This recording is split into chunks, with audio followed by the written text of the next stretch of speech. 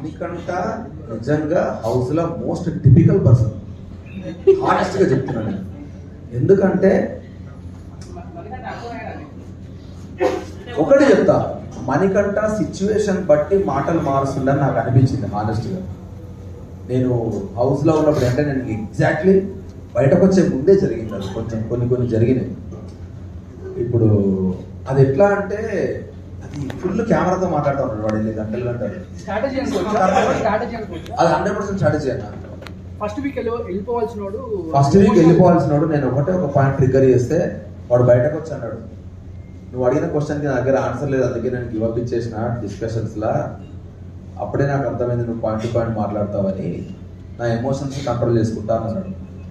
First week అంత ఘోరంగా fluctuate అయిన ఒక పర్సన్ సెకండ్ వీక్ దాన్ని మనం ఫ్లిప్ అయిపోతే ఇది అమ్మాయి 1 వీక్ ఎట్లా మారిండ్రా అని ఒక షాక్ లో ఉన్నా. మారితే మంచిదే కదా అని కూడా అనుకున్నా. ఆ తర్వాత సిచ్యువేషన్ బట్టి ఏడుస్తా ఉన్నాడు. నాకు ఎందుకు నేను అనుకున్నా అంటే ప్రతిసారి నా వైఫ్ నా పాప నేను 5 వారాలు ఉంటే చాలన్నా నా టార్గెట్ సేఫ్, నా పాప నా దగ్గరకు వస్తుంది అని అన్నాడు. వీడికి ఎన్ని ఫైనాన్షియల్ ప్రాబ్లమ్స్ ఉన్నాయి ఏమో అనుకో ఆగి ఆ పాయింట్ మీద స్టిక్ ఆన్ అయితే నాకు వాడి మీద డౌట్ రాకపోయేది. సడన్ గా ఎక్టాస్ లో పోయి మూల కూర్చొని ఏడుస్తా ఉన్నాడు.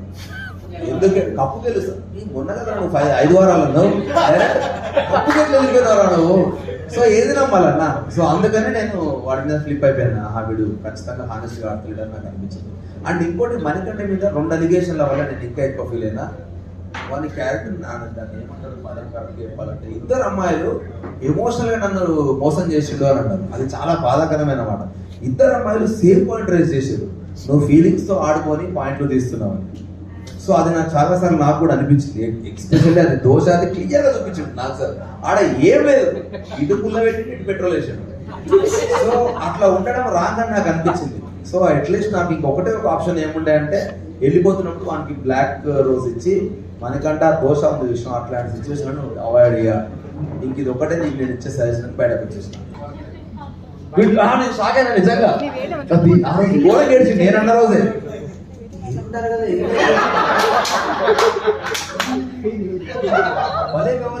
నీట్ గా కవరేషన్